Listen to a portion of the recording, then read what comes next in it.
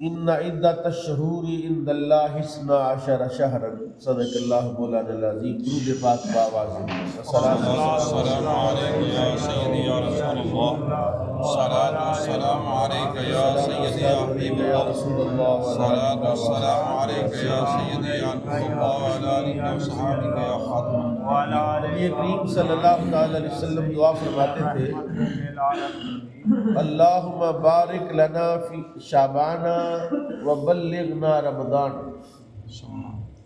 یا اللہ ہمارے شعبان میں برکت فرما اور ہمیں رمضان تک پہنچا۔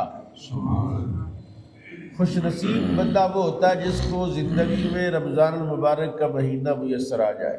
سبحان کتنے ہی ایسے ہمارے دوست ہیں، احباب ہیں، رشتہ دار ہیں کہ جو پچھلے رمضان میں تھے، ابھی وہ تشریف لے جا چکے۔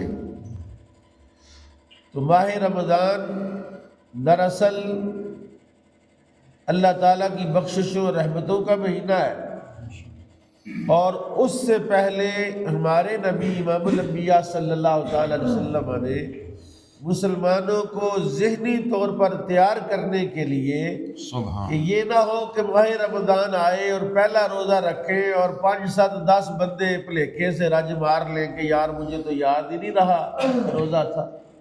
اور اکثر ایسا ہوتا بھی ہے کہ رمضان المبارک کا پہلا، دوسرا، تیسرا روزہ ہے تو وہ مغالطے میں بندے رج مارتے رہتے ہیں۔ تو اس لیے ہمارے پیارے نبی امام الانبیاء صلی اللہ تعالی وسلم نے شعبان میں ہی روزے رکھنے کا معمول بنایا۔ سبحان نبی پاک شعبان کے مہینے میں کثرت سے نفلی روزے رکھا کرتے تھے۔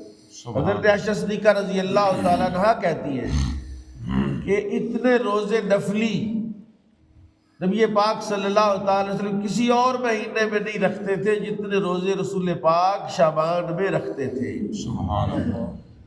ایک مسئلہ اور سماعت فرمائیں، جو عورت ہوتی ہے، بیوی ہوتی ہے، اس کے لیے جائز نہیں ہے کہ اپنے شوہر کی اجازت کے بغیر نفلی روزہ رکھے۔ فرض روزے میں تو فرض ہے، وہ تو سب نے رکھنا ہے۔ نفلی روزہ رکھنے کے لیے عورت کو اپنے شوہر کی اجازت لینی پڑے گی کہ میں روزہ رکھ لوں۔ سیدہ عائشہ صدیقہ رضی اللہ تعالیٰ عنہ کہتی ہیں کہ ہمارے جو روزے ماہ رمضان کے مخصوص ایام کی وجہ سے جو عورتیں روزہ نہیں رکھ پاتی اور ان کو قضا کرنے کا حکم ہے، کہتی ہے ہم پورا سال اس کو قضا نہیں کرتے تھے رسول پاک صلی اللہ تعالیٰ علیہ وسلم کی وجہ سے، لیکن ہمیں چونکہ پتہ ہوتا تھا کہ شعبان میں رسول پاک اکثریت سے روزہ رکھتے ہیں، تو ہم اپنے پچھلے رمضان کے قضا روزے شعبان میں رکھا کرتے تھے۔ اور دوسرے نبی کریم صلی اللہ تعالی وسلم نے ارشاد فرمایا الشعبان شہری و رمضان شہر اللہ۔ شعبان میرا مہینہ، یعنی نبی پاک صلی اللہ تعالی وسلم کا مہینہ، یہ رسول پاک کا مہینہ ہے۔ یہ کیا وجہ ہے؟ حالانکہ رسول پاک تو 12 ربیع الاول کو پیدا ہوا، حضور کا مہینہ تو ہم سب سمجھتے ہیں کہ وہ ربیع الاول ہے، رسول پاک کا مہینہ ہے جس میں حضور پیدا ہوئے، ہم خوشیاں کرتے ہیں، میلاد مناتے ہیں۔ میرے کریم آقا نے شعبان کو اپنا مہینہ قرار دیا اور فرمایا شعبان دل کی اصلاح کا مہینہ ہے اور رمضان روح کی اصلاح کا مہینہ ہے۔ جس نے دل صحیح نہیں کیا تو روح کیسے صحیح ہوگی؟ اس لیے یہ مہینہ ہے کہ جس میں نبی پاک صلی اللہ تعالی علیہ وسلم نے دعا فرمائی اللہ مبارک لنا فی شعبان، یا اللہ ہمیں ہمارے لیے شعبان میں برکت عطا فرما۔ سبحان اللہ، ماشاء تو ذرا سمجھنا چاہیے کہ برکت کیا چیز ہے، یہ برکت کیا ہوتی ہے، برکت کسے کہتے ہیں، مبارک کسے کہتے ہیں؟ تو حضرات برکت ہے اللہ کی رضا، برکت ہے نیکی، برکت ہے تقوی، برکت ہے تلاوت قرآن، یعنی وہ تمام اعمال جو نیکی کا درجہ رکھتے ہیں وہ برکت ہے۔ سبحان اللہ۔ اب مجھے بتائیے جو بندہ جھوٹا ہے، جھوٹ بولتا ہے، قرآن کہتا ہے لعنت اللہ علی جھوٹوں پر اللہ کی، سارے نہیں بولے، جھوٹوں پر اللہ کی جھوٹ بولنا، بندہ جھوٹا بندہ کہے کہ میرے گھر میں برکت ہو جائے تو یہ تو بالکل وہم ہے، یہ تو بالکل فضول بات ہے کہ ایک گھر ہے جہاں قرآن نہیں پڑھا جاتا، وہاں خواتین بچے بوڑھے جوان نماز نہیں پڑھتے، وہاں سارا دن دوڑ لگی ہوئی ہے، کچھ کما لو، کچھ جمع کر لو، کچھ اکٹھا کر لو جی، اور وہاں برکت ہوگی؟ ایسا ہرگز نہیں ہوگا، وہاں مال جمع ہی نہیں ہوگا، کوئی ایسے لیک پوائنٹ ہوگی جہاں سے مال جو ہے وہ ضائع ہوتا جائے، سارا دن لگا کے بھینس کو چارہ شارہ ڈالا اور جناب رات کو تار نکالی اور ابھی رکھی تھی تو کٹا جو ہے وہ اڑا گیا، اس نے لت ماری اور سارا دودھ گرا دیا اور کہتے ہیں برکت، وہ برکت کدھر گئی؟ سارے دن کی محنت کدھر گئی؟ کدھر گیا تیرا یہ سارا دودھ؟ وہ برکت ہے، رسول پاک نے ارشاد فرمایا جس گھر میں قرآن پڑھا نہ جائے وہ گھر قبرستان ہے۔ اللہ مبارک لنا فی شعبان، شعبان میں برکت کیا ہے؟ فرمایا تم شعبان میں نیک ہو جاؤ تمہارے گھر میں برکتیں ہی برکتیں ہو۔ شعبان المعظم وہ ماہ مبارک ہے کہ جس کے اندر رب کائنات امام الانبیاء صلی اللہ تعالی وسلم فرماتے ہیں، اللہ فرماتا ہے اس مہینے میں میں اپنے بندوں کو دوزخ سے نکال کے جنت میں داخل کرتا ہوں۔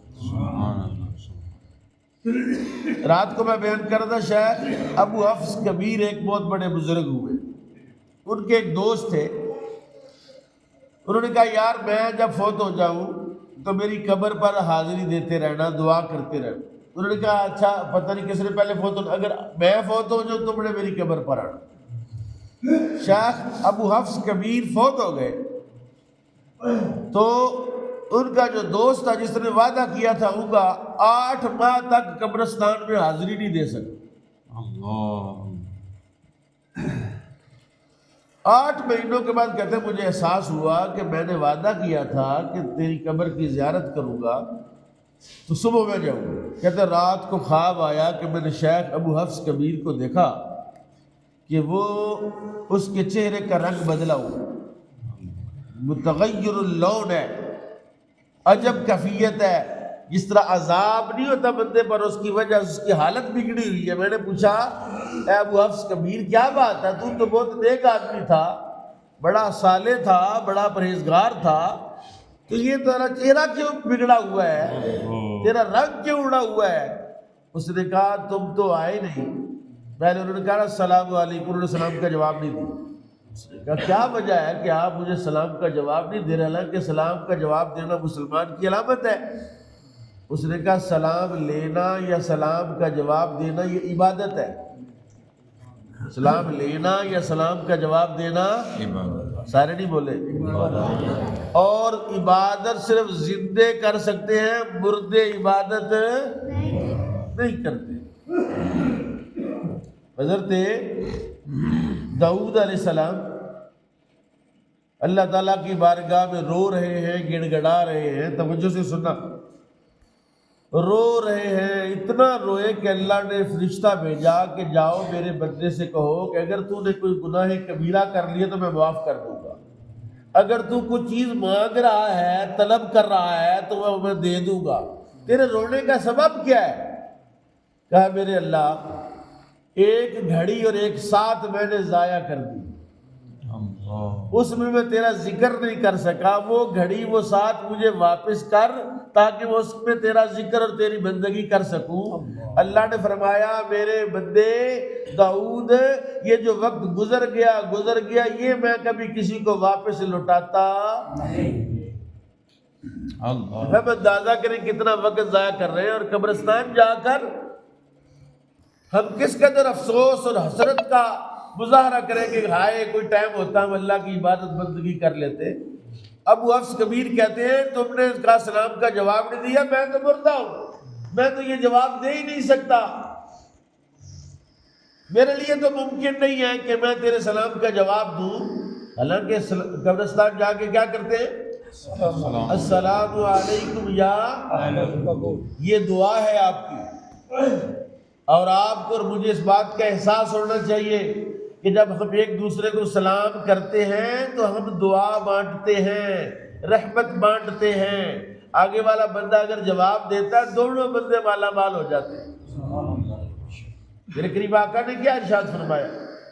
میرے آقا نے فرمایا جب کوئی بندہ، دو بندے اللہ کی رضا کے لیے مصافحہ کرتے ہیں، ہاتھ ہٹانے سے پہلے دونوں کے گناہ معاف کر دیے جاتے ہیں، تو اس لیے بڑھ بڑھ کے ایک دوسرے سے سلام لیا کرو۔ میرے کریم آقا نے فرمایا نیکیاں بھی ملیں گی، گناہ بھی مٹیں گے، اور تمہارے درمیان محبت بھی قائم ہو جائے گی۔